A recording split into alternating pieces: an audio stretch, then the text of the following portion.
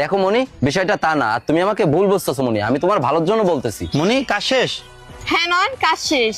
তাহলে চলো, ওর সাথে দাঁড়িয়ে কি গল্প করতেছো? আরে এই ছোট লোকের বাচ্চা আমাকে জ্ঞান দিচ্ছে তুমি নাকি অনেক খারাপ, আমি বাদে আরো অনেক মেয়ের সাথে তুমি অ্যাফেয়ার জড়াইছিলা, তাদেরকে তুমি চিট করছো, এখন নাকি তুমি আমার সাথে টাইম পাস করে আমাকে চিট করে চলে যাবা। আরে মনি, কথায় আছে না, টাকা হাতে না থাকলে গরিবের মুখে অনেক কথাই ফুটে, ঠিক আছে? এর মতো গরিবের সাথে তোমাকে মানে না, আর এ তোমার শোক সহ্য করতে পারতেছে না, কারণ তুমি ওকে ছেড়ে আমাকে বিয়ে করবে, তাইও এসব কথা বলতেছে। হ্যাঁ ঠিক বলছো না, ও হয়তো ভুলে গেছে ওর কাছে একটা অপশন আছে, কিন্তু আমাদের মতো মেয়েদের কাছে হাজারটা অপশন আছে। হ্যাঁ ম্যাডাম, আমি জানি আপনাদের মতন মেয়ের কাছে হাজারটা অপশন আছে, কিন্তু সেটা কতদিন জানেন?